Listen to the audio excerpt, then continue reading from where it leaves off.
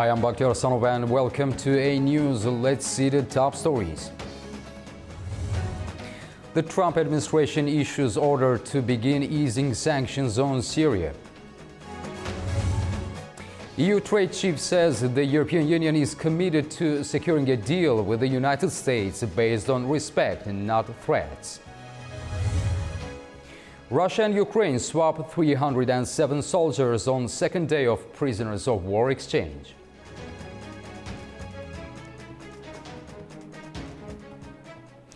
The Trump administration has issued orders to effectively lift sanctions on Syria, a move in line with the pledge President Trump made during his visit to the Middle East. The United States government has announced orders to lift sanctions on Syria. This comes after U.S. President Donald Trump's pledge to unwind the measures during his visit to Saudi Arabia, where he met with Syria's interim president Ahmed al-Sharaa last week. The move is meant to help Syria recover from years of a devastating civil war that resulted in the ousting of former leader Bashar al-Assad. The U.S. Treasury Department has issued what it calls the Syria GL-25 license that will authorize transactions prohibited by the Syrian sanctions regulations and enable new investment and private sector activity. Additionally, the U.S. State Department has simultaneously issued a 180-day waiver under the Caesar Act, which, among other provisions, contains extensive secondary sanctions on non-U.S. entities facilitating transactions related to reconstruction in Syria.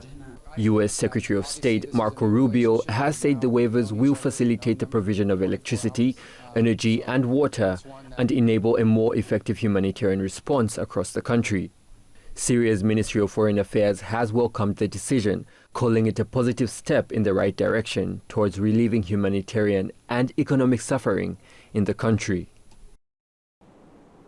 President Donald Trump is threatening a 50% tariff on all European Union imports starting on June the 1st. He warned Apple, make iPhones in the United States or pay a 25% tariff.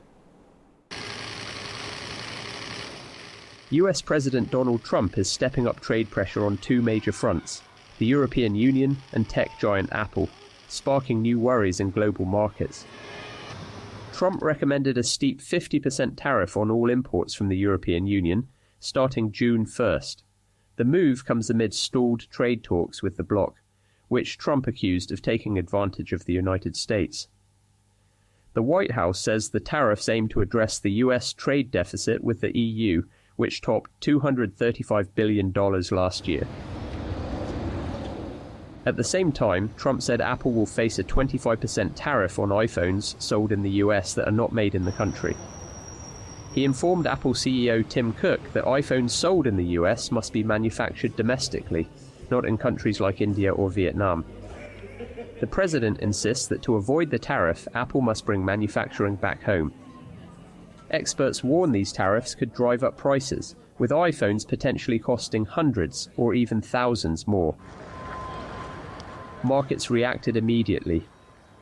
Wall Street opened sharply lower on Friday. The Dow Jones dropped over 330 points, while the S&P 500 and Nasdaq each fell more than 1%. Apple shares were down 2.5% at the open. In Europe, officials responded cautiously but firmly. French Trade Minister Laurent Saint-Martin called Trump's tariff threat unhelpful to ongoing talks and said the EU is ready to respond if needed. Meanwhile, Dutch Prime Minister Dick Schoof expects a calm but firm reaction from the European Commission, which is scheduled to speak with US trade representatives later today. German Economy Minister Katharina Reich warned that trade conflicts hurt both sides equally and urged the European Commission to work toward a negotiated solution, with the US-German Foreign Minister Johann Wadephul said the European Commission has full backing from Berlin. He warned such tariffs would harm both economies and called for continued negotiations to protect the transatlantic trade relationship. It is up to the European Commission to respond. It has our full support in maintaining our access to the American market, and I believe that such tariffs do not help anyone, but would only lead to economic development in both markets to suffer as a result. And that's why we continue to pursue negotiations and support the European Commission. We want to defend Europe and the European market while simultaneously exerting the power of persuasion in America. The European Commission itself has asked for clarification on the tariff proposal before making any official response. As tensions rise, global markets are closely watching whether the EU and Apple will push back, and how these new tariffs could reshape global trade in the coming months. The European Union's Trade Commissioner Maros Šefčovič has vowed to defend the bloc's interest and has called for trade based on respect and not threats. This comes after President Donald Trump threatened to slap a 50% tariff on all goods sent to the United States from the EU. Šefčovič said the EU is fully engaged and committed to securing a deal that works for both parties. Trump earlier expressed impatience with the pace of ongoing EU-US trade negotiations, saying his plan to raise tariffs was set for the 1st of June. Russian aerial attacks on Ukraine have killed at least 13 people and injured 56 civilians across the country, according to regional officials. Russia launched 250 drones and 14 ballistic missiles against Kiev alone, Ukraine's Air Force said, causing fires in residential buildings. At least 14 people were injured in capital. It was one of the biggest combined aerial assaults on the city since the war began. The Air Force said it had downed 6 missiles and 245 drones. The strikes followed Russia's warning of a response after a series of Ukrainian drone attacks on Russia in recent days, including on Moscow. Ukraine and Russia have completed the second phase of a major prisoner exchange, each side releasing 307 soldiers. This swap is part of a broader agreement to exchange 1,000 captives per side over 3 days, following recent talks in Istanbul. Ukraine and Russia each repatriated 307 soldiers in a significant prisoner exchange, the second phase of a broader agreement to swap 1,000 captives per side over 3 days. This exchange, facilitated by recent talks in Istanbul, follows on yesterday's swap involving 390 individuals from each country. I'm very happy that I returned home. I have plenty of good and warm emotions that I will see my family, children and relatives. Everything will be all right. We are in Ukraine, on our dear land. Glory to Ukraine. Ukraine is my dear land. Ukraine, you are my loved one. Ukraine, I love you. Ukrainian President Volodymyr Zelensky welcomed the return of the soldiers, expressing gratitude to all involved in the process. He emphasized the importance of bringing all Ukrainian captives home. It's definitely time to put more pressure on Russia so that there is not just one result, but all that is needed. And when the Russians have already spent a week formulating the so-called memorandum that they want to respond to the need for a ceasefire, this is definitely a mockery of the entire world. Russia will be ready to hand Ukraine a draft document outlining conditions for a long-term peace agreement once the current prisoner exchange is completed, Russian Foreign Minister Sergey Lavrov said.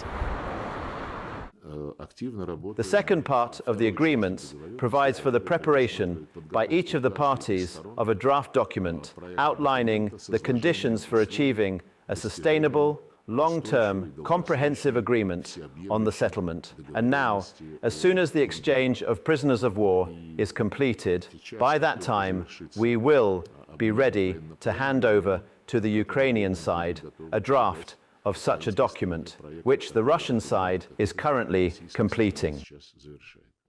While these exchanges represent steps toward de-escalation, both sides remain entrenched in their positions and no ceasefire has been established. Just hours before the latest swap, a large-scale Russian drone and missile strike hit multiple regions in Ukraine, killing at least 13 people and injuring 56 others, according to local officials. International observers remain cautious, stressing that lasting peace will require sustained efforts and meaningful concessions from both sides. Russia's Foreign Minister Sergey Lavrov has downplayed the possibility of the Vatican playing a mediating role in the Russia-Ukraine conflict, calling it an inelegant solution. Russia's Foreign Minister Sergey Lavrov has cast doubt over the Vatican as a potential location for peace talks between Russia and Ukraine. This comes after Italian Prime Minister Giorgia Meloni said that Pope Leo XIV had confirmed his willingness to host talks during a phone call. Pope Leo, the first US-born pontiff, stated soon after his election this month that the Vatican could act as a mediator in global conflicts, without specifically mentioning Russia and Ukraine. Lavrov has called the solution inelegant and says it would put the Vatican in an uncomfortable position. Imagine the Vatican as a venue for negotiations. It would be a bit inelegant for Orthodox countries to use a Catholic platform to discuss issues on how to remove the root causes of the conflict.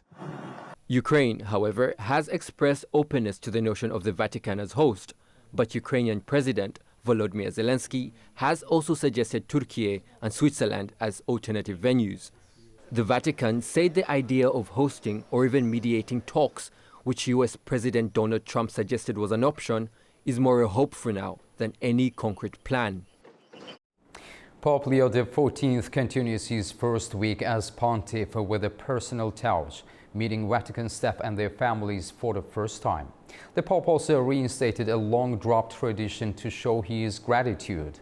Pope Leo XIV greeted thousands of Vatican workers and their families on Saturday, thanking them for their dedication. The meeting took place in a warm and informal atmosphere, with the Pope walking through the hall, shaking hands with children, Swiss guards and nuns. A day earlier, he granted a €500 bonus to all staff, a gesture last seen before Pope Francis's time. On Sunday, the Pope is set to visit key Roman basilicas and meet the city's mayor. A major power outage hit the Alps Maritime region in southern France, including the city of Cannes. Authorities are investigating a possible arson attack as the cause. Cannes Film Festival organizers have confirmed that the closing ceremony will go ahead as planned.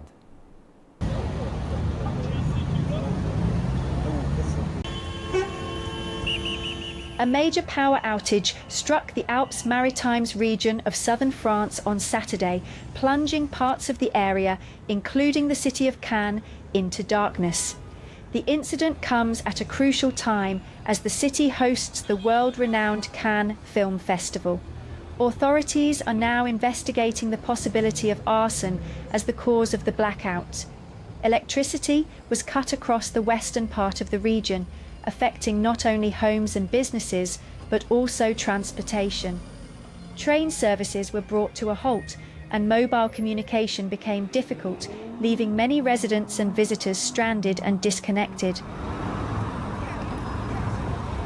I'm just waiting for a friend arriving from Nice, and we had no contact, so I don't know if he's coming or not, so we'll see.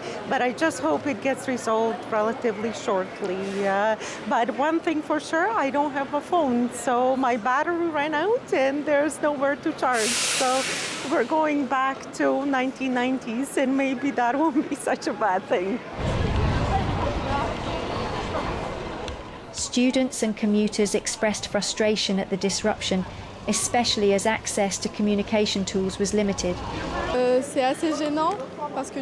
It's quite annoying because all the trains are at a halt, and even for phoning our friends and relatives, it's difficult. But then power should come back in a bit, that's what we heard on the radio, but voila. We hope it will come back quickly because it's something essential in our daily lives today. Despite the outage, organisers of the Cannes Film Festival reassured attendees that the closing ceremony will go ahead as planned. In a statement, they said the Palais des Festivals has switched to an independent power source, allowing events and screenings to continue uninterrupted. Energy provider RTE France is working to fully restore power. The investigation into the possible arson attack is ongoing. For now, residents remain hopeful that normalcy will return soon. The U.S. Justice Department has reached a deal with Boeing over the two deadly 737 MAX crashes that killed 346 people. The agreement, which allows Boeing to avoid criminal prosecution, has sparked outrage among many families of the victims. The U.S. Department of Justice announced on Friday that it has struck a deal in principle with Boeing, allowing the company to avoid prosecution for fraud charges related to the two fatal 737 MAX crashes.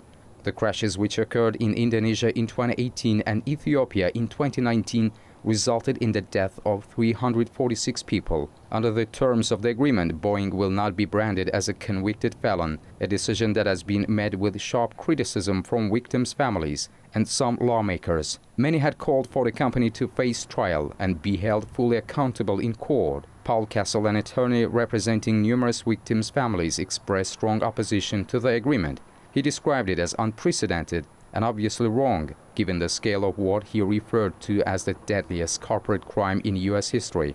Castle said his clients intend to object and will attempt to convince the court to reject the deal.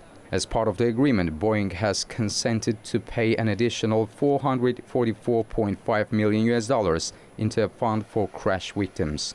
This is in addition to $343.6 million fine.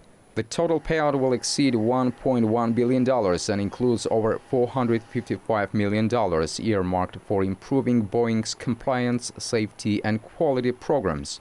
Despite a backlash, the Justice Department stated that family members and legal representatives for more than 110 crash victims either support the agreement, support settlement efforts without a trial, or do not oppose the deal. The U.S. Department of Justice also confirmed that Boeing will no longer be subject to oversight by an independent monitor under this new arrangement. The final written agreement is expected to be filed in court by the end of next week. The aftermath of days of heavy rainfall in New South Wales has left parts of Australia devastated, with the death toll now at 5.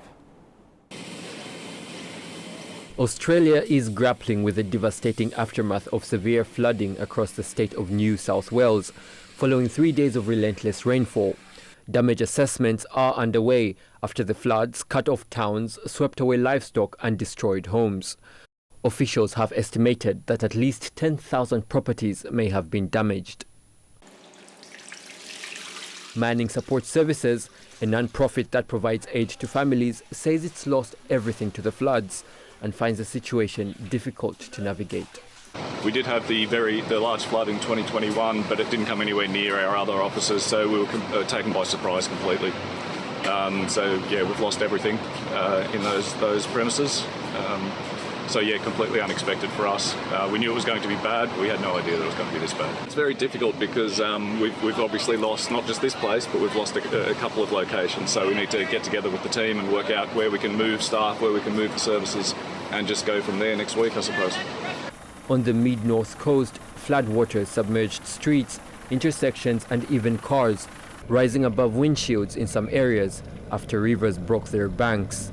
Australia has been hit with more extreme weather events that some experts say are the result of climate change. At their peak, the floods isolated around 50,000 people. So far, at least 5 lives have been lost. The United Nations warns that the aid reaching Gaza is nowhere near enough. Secretary General Antonio Guterres says Israel is allowing only a teaspoon of help when a flood is urgently needed. The UN chief says the people of Gaza are living through what may be the most brutal stage of the conflict, with life-saving aid barely trickling in. Despite Israel recently lifting part of its blockade and allowing some 300 trucks through, only about a third of those supplies have made it into warehouses, stopped by insecurity and chaotic conditions on the ground. All the aid authorized until now amounts to a teaspoon of aid when a flood of assistance is required. Other essentials, including fuel, shelter, cooking gas and water purification supplies, are prohibited. Chaos erupted Thursday night when a UN food convoy escorted by Hamas was ambushed and looted. Israeli drones then struck the area, killing 6 Hamas officers. Israel says it was targeting armed threats, not the aid itself. The UN refuses to join the new US-backed Gaza Humanitarian Foundation, saying it lacks neutrality. The United Nations has been clear. We will not take part in any scheme that fails to respect international law and the humanitarian principles of humanity, impartiality, independence and neutrality. And we have been equally clear about what is needed: a permanent ceasefire, the immediate and unconditional release of all hostages, and full humanitarian access. According to the UN Secretary-General, more than 160,000 pallets of aid, enough to fill 9,000 trucks, remain stuck, while Gaza edges closer to famine.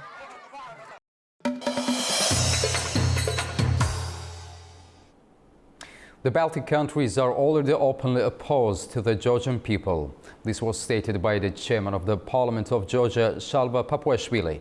According to him, on the path of integration into the European Union, Georgia faces two approaches: a technical issue based on a factual and objective assessment, and politically motivated pressure. According to official documents from the European Commission and other international organizations, Georgia is ahead of many other candidates, including Ukraine, Moldova and Bosnia and Herzegovina. Nevertheless, the biased attitude towards Georgia continues, Papuashvili said. Georgia's relationship with the European Union is under fresh strain following a series of political and diplomatic flashpoints. As tensions escalated, the stakes are becoming higher. Our correspondent Nini Nikolashvili brings more from Tbilisi. Relationship between Georgia and the European Union have grown increasingly strained after the tense week in Tbilisi. Opposition leader Zora Japaridze was arrested in court on Thursday, the days after an EU mission diplomat was denied to entry into the country. Those moves raised concerns in Brussels about Georgia's political direction. Critics accused the ruling Georgian Dream Party of moving away from democratic norms, with one EU lawmaker comparing Georgia's trajectory to that of Belarus. The government, however, pushed back. Prime Minister Irakli Kobakhidze accused the EU ambassador Pavel Herchinsky of being influenced by political forces hostile to Georgia's leadership. The EU rejected those claims. Foreign Affairs spokesperson Anita Hipper called these accusations completely unfounded and warned that they damage Georgia's EU membership prospects. Amid growing unease, some European officials are calling for the targeted sanctions against Georgian Dream's influential figures, including former Prime Minister Bidzina Ivanishvili. Now the EU is weighing its next step as tensions continue to rise. It's Nini Nikolashvili reporting from Tbilisi, A News. Georgian President Mikhail Kavali reaffirmed his country's commitment to promoting peace and stability in the South Caucasus, highlighting Georgia's strategic interest in fostering long-term peace between Armenia and Azerbaijan. He emphasized that peace in the region is crucial for the development of all neighboring countries and reiterated Georgia's willingness to serve as a platform for negotiations. Kavalashvili noted that Georgia has consistently supported dialogue and remains a strategic partner to both Armenia and Azerbaijan. The president of Georgia welcomed their expressed readiness to seek resolution and underscored that regional peace would open up new opportunities for all three countries. A News takes to the streets of Yerevan and Baku to ask a simple yet deeply complex question. How do you see peace between Armenia and Azerbaijan? In the first part of our special report, we hear the hopes, doubts and scars still shaping people's perspectives on both sides. Peace, a word carrying centuries of weight in the South Caucasus. The desire for peace runs through the streets of Yerevan and Baku, but so do the memories of conflict. After decades of war and mistrust, how do ordinary people now see the path forward? Siyasət tərəfdən baxsaq yaxşıdır. Amma mənəvi olaraq özümüzün dəyərlərimizi fikirləşsək, bizə çəkdirdikləri o acılar, onlar yəni dərin yaralar buraxıb da məncə. Դժվար է, մենք դրանց հետ միտեղ շատ դժվար է համատեղել։ Նույնիսկ բարևել դեռ չեմ ցանկանա իրանց էլ, ասենք ասեմ։ Scars remain on both sides. So do doubts and preconditions. Some speak of peace only under certain terms. Եթե ոչ մի տարածք չհանձնենք, լրին նույնն շատ լավ կլինի։ Եթե տարածք էլի պետք է հանձնենք թուրքերին, դա պետք չէ խաղաղությունը մեզ։ Հա, ինչքան մեր տարածքը կա, պահպանենք, այդ խաղաղությունը էլի հնարավոր է լինի։ Բայց եթե նորից վերցրածը չի տա։ Դժվար վերցրածը։ Ինչքան մեզ տարածք ունենք, պահպանվի, համաձայն ենք խաղաղությունը սլավան չի։ Ermənistan təbii ki talandadır və Azərbaycanın bütün şərtlərini, o şərtlərdəki qeyri-qanuni şərtlər deyil. Hamısı BMT nizamnaməsi daxilində olan, ona uyğun olan şərtlərdir ki, Ermənistanın konstitusiyasında bizə qarşı ərazi iddiaları var və bir də ki artıq heç vaxt funksiya göstərməyən bir grup vardı. O zaman lazımsız, mənasız bir grup vardı. Avropanın grubun adı yadımdan o kadar faaliyyətsiz olub ki adı da yadımdan çıxıb. Minsk qrupu, bəli, Minsk qrupu, bəli. Onun ləğvi. Yet, amid the bitterness, there is also hope. In both capitals, voices call for a better future. Մենք հարևաններ ենք, պետք է իրար հետ ոչ մեկ ոչ էլ ադրբեջանցիները հեռու չեն փախնելու։ Yəqin ki, sülh müqaviləsi bağlansa yaxşı olar. Yəni müharibə olmaz, ən azı sabitlikdir, sakitlik olar. For some, the past is irreconcilable. For others, peace is essential for the next generation and for survival itself. Bir ana kimi mən heç nədən keçməzdim. Bir ana kimi keçməzdim. Amma gələcək var da, gələcək nəsil var. Bunu dövran göstərər. Երկար տարի թշնամիներ են եկել, տարբեր հայացողություններ, բայց ոնց էլ որ հիմա ոնց էլ որ հարևանություն պետք է անենք հարևանների հետ. Peace, many say, is not an option. It's a necessity. But it must be built with truth, dignity and understanding, across borders and across generations. Armenia will host the European Political Community Summit in 2026, followed by Azerbaijan in 2028. Prime Minister Nikol Pashinyan announced it on his X account and added that Armenia and Azerbaijan have mutually backed each other's bids to host the summit. This mutual support highlights a notable step towards cooperation between the two neighbors within the framework of the regional forum. To explore what this means for peace prospects, regional integration and the future of European engagement in the Caucasus, first we are joined by Boris Novosardyan, political analyst from Yerevan, Armenia. Mr. Novosardyan, welcome to the program. Thank you for inviting. Hello. Mr. Novosardyan, how do you interpret Armenia's support for Azerbaijan's bid to host the EPC summit in 2028? Is this purely symbolic or does it suggest a deeper policy shift? I hope it is not just symbolic. I think any agreement between the two countries on any issue is a positive step towards normalization of relations. We had a precedent already about this mutual agreement, which was about COP29 in Baku and following events on biodiversity in Yerevan. Unfortunately, with COP29, the experience was not that good because after the agreement, there were certain controversies that did not allow Armenia to participate in COP29. I hope that now the process of negotiations will allow both countries to be guests of each other in these important gatherings. So do you think that this indicates a new chapter in Armenia-Azerbaijan relations, or is it too soon to draw such conclusions? I think it is a good step because the European political community itself is an important platform, or becoming an important platform, a new platform that allows to discuss any issues which are challenging European countries.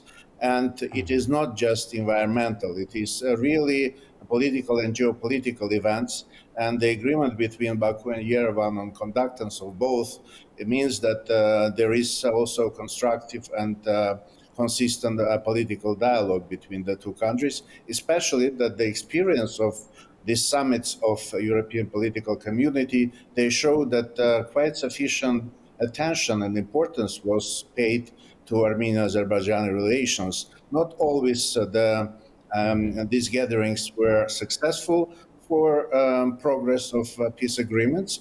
However, the last one, which happened several days ago, proved that it is really a very constructive and important platform where not only Armenia and Azerbaijan, but also other international players are interested in good end of our negotiation process. Thank you very much for talking to A News. We appreciate your time. Thank you very much. Thank you. Bye. And now Fariz Ismael Zada, member of Azerbaijani parliament, joins us from Baku. Mr. Ismael Zada, thank you for joining us. Good evening. Thank you very much for the invitation. Mr. Ismael Zada, Azerbaijan's future hosting of the EPC summit in 2028 comes with Armenia's endorsement. What strategic value does Baku see in this regional cooperation? Well, this is indeed very important news that has come from Albania, where leaders met recently, and we are very happy that Baku will be hosting this summit. Baku has organized many world summits in the past. We have good experience with that. And I think that this will give another opportunity for Azerbaijan to pass across the European continent, across the European leaders. It's key foreign policy priority messages, and to deepen our cooperation with European countries, as well as talk about regional peace, regional integration. I think that it is notable that Armenia will also be hosting such summit in 2026. So here we can talk about regional coordination, regional integration, and possibly even conclusion of the peace agreement. So could Azerbaijan's EPC hosting serve as a platform to highlight regional connectivity projects such as Zangezur Corridor or energy partnerships? Yes, well, EPC is a more inclusive platform, unlike European Union or some other platforms such as PASE.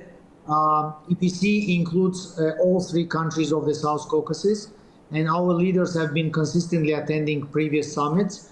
I think it's a very good platform where regional projects can also be discussed. Azerbaijan has proposed Zangezur Corridor, which is an important project to connect East and West. And I think for European community, it's a very important project. We can talk about connectivity, we can talk about regional integration. And I think that in such summits, European leaders will perhaps push for more connectivity projects, including opening of the Zangezur Corridor, as well as other regional projects such as green energy corridor from Caspian Sea to European countries across the Black Sea region, and some other connectivity and energy projects as well. Fariz Ismael Zada, member of Azerbaijani parliament, thank you very much for talking to A News. We appreciate your time. Thank you very much. French Foreign Minister Jean-Noël Barrot will pay an official visit to Armenia on May the 26th. As part of the visit, he is scheduled to meet with his Armenian counterpart Ararat Mirzoyan at the Ministry of Foreign Affairs. Following the meeting, the two ministers will hold a joint press conference. Barrot will also participate in a panel discussion alongside Mirzoyan within the framework of the Yerevan Dialogue event. Former Armenian President Sergey Sargsyan faces new bribery charges stemming from a 2008 incident. He is accused of accepting approximately $2.9 million from businesswoman Silva Hambardzumyan to facilitate a business transaction. At the time, Sargsyan was serving as prime minister, and his son-in-law, Mikhail Minasyan, is also implicated in the case. This case adds to Sargsyan's ongoing legal challenges, including a retrial in an embezzlement case after his 2024 acquittal was overturned. Sargsyan denies all allegations, asserting they are politically motivated. Turkish President Recep Tayyip Erdogan met with Syrian President Ahmed al-Shara in Istanbul on Saturday. The leaders discussed the Syria reconstruction process and regional security issues. The Syrian delegation also included the ministers of Foreign Affairs and Defense, as well as the head of the intelligence agency. The skies above Turkey's Konya were filled with action as the Anatolian Phoenix international search and rescue exercise wrapped up. Held from May 12th to the 23rd, the exercise brought together military forces from Turkey and 9 other nations in a powerful display of joint readiness and multinational collaboration.